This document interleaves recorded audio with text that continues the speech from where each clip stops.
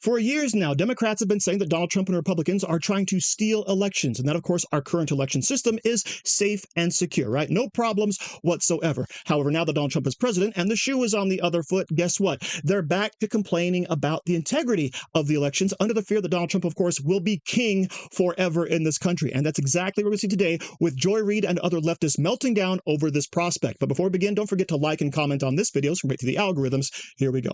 Whenever Democrats say to me, this is the reason we have to coalesce for 2026, I always add to the end of that sentence, assuming we actually have free and fair elections. I think it's insane, honestly, to just assume we're going to have normal elections next year. I don't assume that because these Republicans, let me give you an example. 16 House Republicans, wrote down and signed their names and signatures saying that this big billionaire bailout bullshit bill is going to hurt. That's exactly how you should call it. Yeah, it is going to hurt their own constituents. They said it. They wrote it down. They said this bill is an abomination. It's going to hurt our people. And then all but one of them voted for it anyway. The only one who didn't vote for it, it's not even as if he was courageous enough to vote no.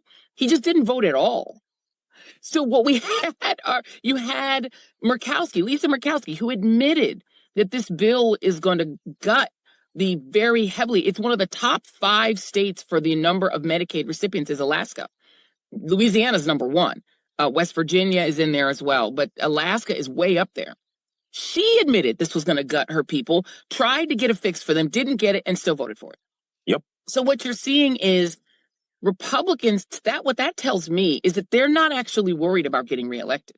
If they feared being reelected, they would not vote for this bill because they know it's going to devastate their states. Mainly rural red states are going to get devastated. New York will try to take care of its poor. Maryland, California, blue states, Vermont will try to take care of their poor. They won't let their poor die the way that they will in red states. Louisiana, Mississippi, they're going to get devastated, red states. To me, the fact that Republicans are still voting for the bill tells me that they're not actually worried about being reelected. The way Trump is behaving, he's not acting like somebody who worries that his party will lose power, or that even if somehow we had normal elections and Democrats took control of either house of this House or the Senate, he's not acting like somebody who's worried about the consequences of that.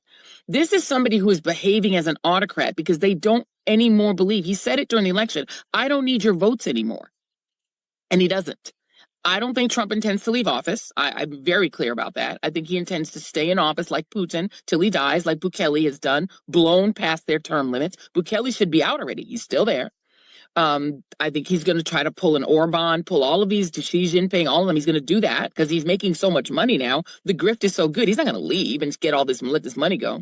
And I think that Republicans are presuming that they're going to put enough restrictions in place that they can't be voted out.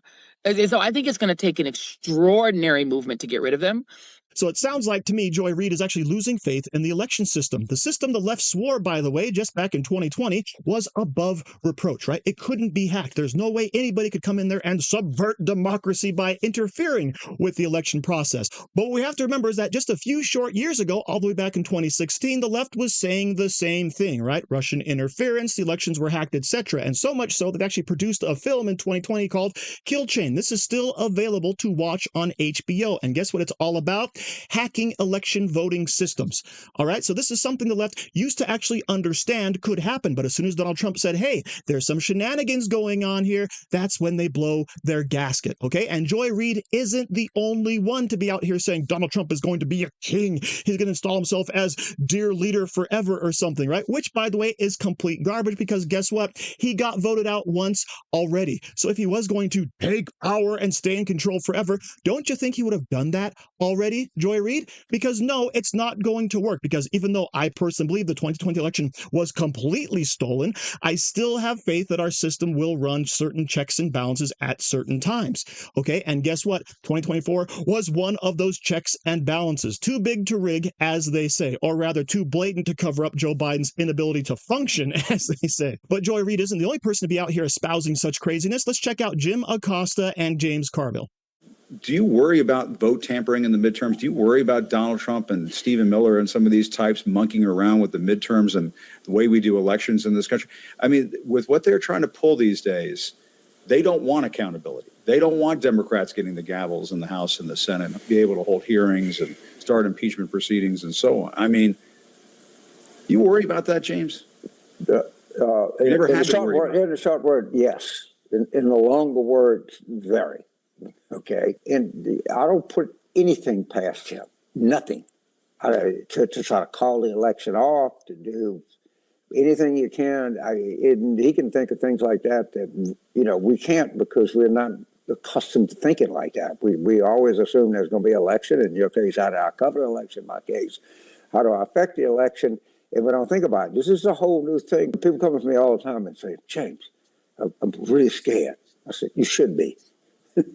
You have every reason to be scared. Yeah. Don't kid yourself. This is scary shit. That's really scary. Yeah, really scary. Yeah. And he's already tried to steal one election before. So, I mean, what's to say he's not going to try to steal more? This will even be more, because he's seeing this coming. He's going to see this coming.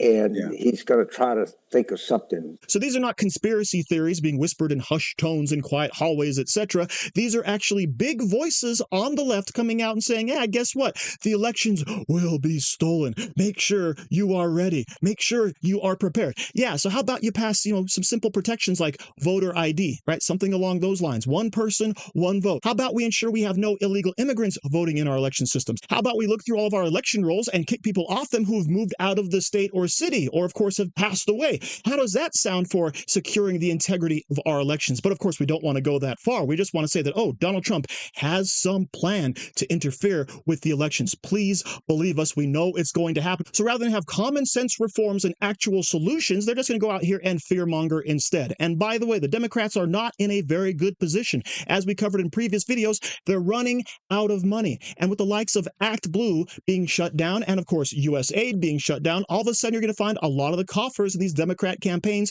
are going to be running dry. So I guess in that vein, you could actually say that, yeah, there is some election interference, except for Donald Trump actually restoring integrity to our elections. So thank you very much for watching. Don't forget to like, share, comment, subscribe, and say hi to your mom for me. Do you like t-shirts? Of course you do. And now you can support the channel by buying an Angry Teacher t-shirt designed by me, Angry Teacher. So if you like America, if you like freedom, if you like liberty, then go ahead and click the link in the description, where all designs, of course, are 100% mother approved. So enjoy yourself and find something you like today.